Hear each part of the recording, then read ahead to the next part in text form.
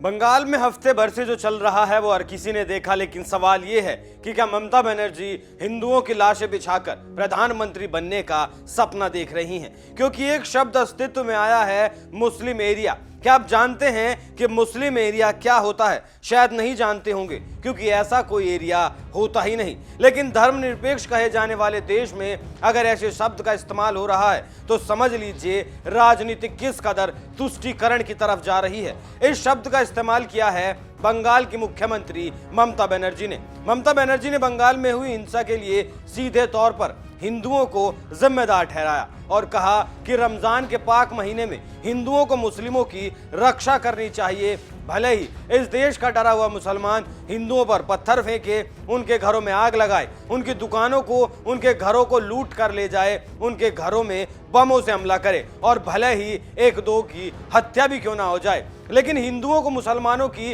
रक्षा करनी चाहिए क्योंकि महीना रमजान का चल रहा है। बंगाल में जो हुआ उस पर अब ममता दीदी पूरी तरह से घिर चुकी हैं। हाईकोर्ट ने ममता को फटकार लगाई है और गृह मंत्री ने बंगाल हिंसा की पूरी रिपोर्ट गृह मंत्रालय की मेज पर मंगा ली है। क्या है पूरा मामला, बताऊंगा आपको इस रिपोर्ट में।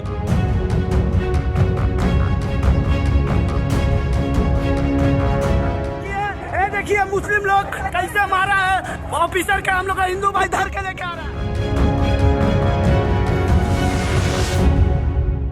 नमस्कार, एनएमएफ न्यूज देख रहे हैं आप। मैं हूं आपके साथ अभिषेक पुंडी। जिस बंगाल में मुस्लिमों की जनसंख्या 1/3 के पार पहुंच चुकी है, वहां की मुख्यमंत्री ममता बनर्जी को मुस्लिम अभी भी अल्पसंख्यक लगते हैं। रामनवमी पर जो दंगा भड़का, जो हिंसा हुई, उसका ठीकरा ममता ने हिंदुओं के सिर पर फोड़ दिया। लेकिन हाईकोर्ट ने ममता से विपरीत सोचता है और गृह मंत्रालय बंगाल के मुद्दे पर सख्त हो गया है। जिस शब्द का ममता ने इस्तेमाल किया है उसके लिए मद्रास हाईकोर्ट की एक पुरानी टिप्पणी को याद करना जरूरी है, क्योंकि सीएम ममता बनर्जी शायद भूल गई कि इस देश का एक बार बंटवारा हो चुका है। उसके बाद भी ममता का ऐसा रवैया दयनीय है। मामला तमिलनाडु के पेरम्बलूर जिले का के कलाथुर इलाके का है, एक खास रूट को लेकर जहां मुस्लिमों को आपत्ति थी कि यहां से मंदिर की यात्रा नहीं निकल सकती। पुराने वक्त से ही मंदिरों का 3 दिन का त्योहार यहां मनाया जाता था, लेकिन बात साल 2012 की है, जब मुस्लिमों ने इसे हराम बताकर आपत्ति जता दी।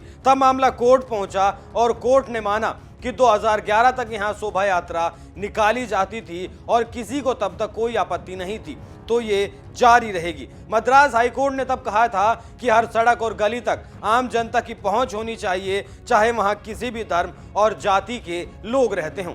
हाईकोर्ट ने सख्त लहजे में कहा था, भारत एक धर्मनिरपेक्ष देश है। यहाँ किसी खास क्षेत्र में किसी मजहब के लोग अगर बहुलता में हैं तो इसका ये मतलब नहीं कि वहाँ दूसरे धर्म के लोग यात्रा नहीं निकाल सकते। ऐसे मामलों से इस तरह की स्थितियां उत्पन्न हो जाएंगी कि अल्पसंख्यक देश के ज्यादातर हिस्सों में अपने त्योहार नहीं मना सकेंगे या जुलूस नहीं निकाल सकेंगे। इस तरह की दिक्कतें दूसरा समाज भी करने लगे तो देश भर में अशांति और उन्माद का माहौल पैदा हो जाएगा। टीएमसी को भी अगर देश की न्यायपालिका पर अगर थोड़ा भी भरोसा है तो मुस्लिम एरिया जैसी बातें नहीं करनी चाहिए, क्योंकि सदियों से जो परंपरा चली आ रही है उसे आप रोक नहीं सकती, उसे रोकने का आपको कोई अधिकार नहीं है। और अगर आप ऐसा करती हैं तो ये सीधा सीधा हिंदुओं के साथ अन्याय होगा। अब सुनिए गृह मंत्रालय को मामले में कैसे हस्तक्षेप करना पड़ा। एक तरफ कोर्ट बंगाल का ममता सरकार को फटकार लगा रहा है तो दूसरी तरफ गृह मंत्रालय ने बंगाल सरकार के हिंसा की डिटेल पूरी रिपोर्ट मांग ली है, क्योंकि बंगाल के भाजपा अध्यक्ष सुकांत मजूमदार ने गृह मंत्री को एक चिट्ठी लिखी। इस चिट्ठी में मजूमदार ने घटना का बारीकी से जिक्र किया। उन्होंने लिखा कि कैसे धार्मिक आयोजनों, राम भक्तों और हिंदुओं को निशाना बनाया जा रहा है। सुकांत मजूमदार ने लिखा, कल शाम को हुगली जिले में रेलवे स्टेशनों पर भारी पथराव हुआ, जिसके कारण ट्रेन सेवाओं को निलंबित कर दिया गया। इस हिंसा में पश्चिम बंगाल की सत्ताधारी पार्टी यानी टीएमसी और उसके शीर्ष नेतृत्व के समर्थन के बिना जारी नहीं रखा जा सकता था।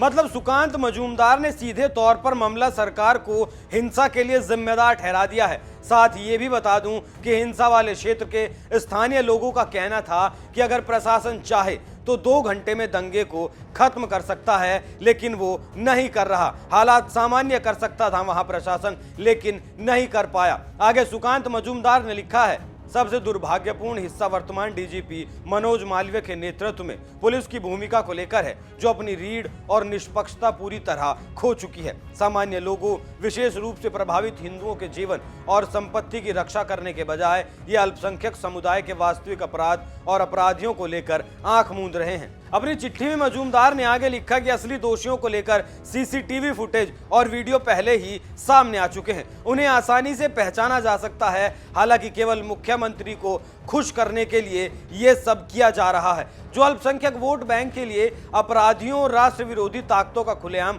तुष्टीकरण कर रही हैं। यहाँ आपको ये भी जान लेना जरूरी है कि हिंसा को लेकर भाजपा के शुभेंदु अधिकारी ने हाईकोर्ट में याचिका दाखिल की थी। इस याचिका पर 3 अप्रैल को सुनवाई हुई और 5 अप्रैल तक रिपोर्ट पेश करने का आदेश दिया गया। आज रिपोर्ट भी पेश की गई, लेकिन खास बात यह है कि 6 अप्रैल को हनुमान जन्मोत्सव मनाया जाना है। ऐसे में गृह मंत्रालय ने सभी राज्य सरकारों को आदेशित किया है कि वो हनुमान जन्मोत्सव पर सुरक्षा के इंतजामात को पुख्ता करें। इससे पता चलता है कि रामनवमी पर हिंसा के बाद गृह मंत्रालय इन वारदातों को लेकर कितना सतर्क है। और साथ ही हाईकोर्ट ने भी बंगाल सरकार को कहा है कि अगर आप हनुमान जन्मोत्सव पर सुरक्षा के पुख्ता इंतजामात नहीं कर सकती हैं तो आप केंद्रीय अर्धसैनिक बलों की तैनाती के लिए निवेदन करें। कलकत्ता हाईकोर्ट ने कहा कि यह निर्देश देना इसलिए जरूरी था ताकि आम जनता में यह संदेश जा सके कि वो बिना डर और भय के हनुमान जयंती मना सकते हैं, क्योंकि हावड़ा और हुगली में जो हुआ इसके बाद लोग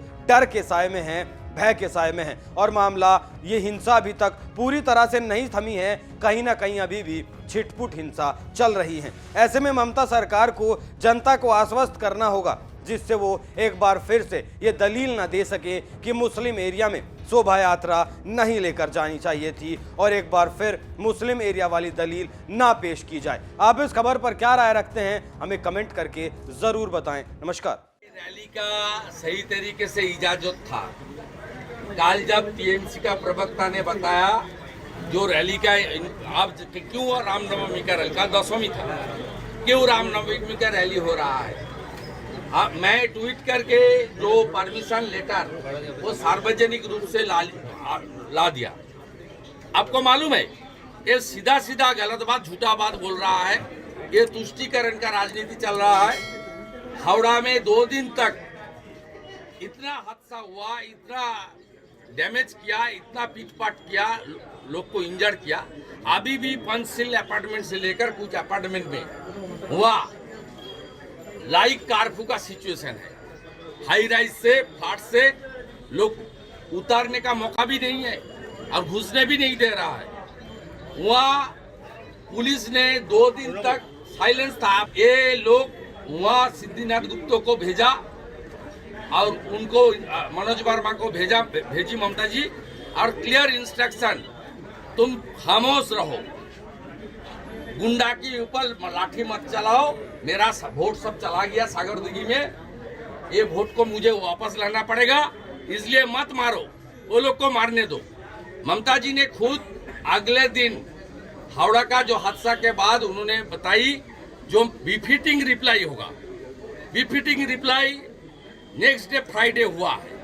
ये रिसड़ा में भी जब ये कार्रवाई हुआ था, पुलिस पूरा सफिशिएंट नंबर ऑफ पुलिस था, लेकिन पुलिस का कोई रोल भी नहीं था।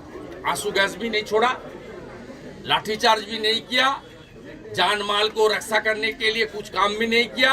आज जो तोड़फोड़ किया, पत्थरबाजी किया, उसको छोड़ दिया और 12 रामनवमी का कार्यकर्ता जो हिंदू संगठन से, सनातन संगठन से जुड़ा हुआ है, उसको हिरासत में लिया।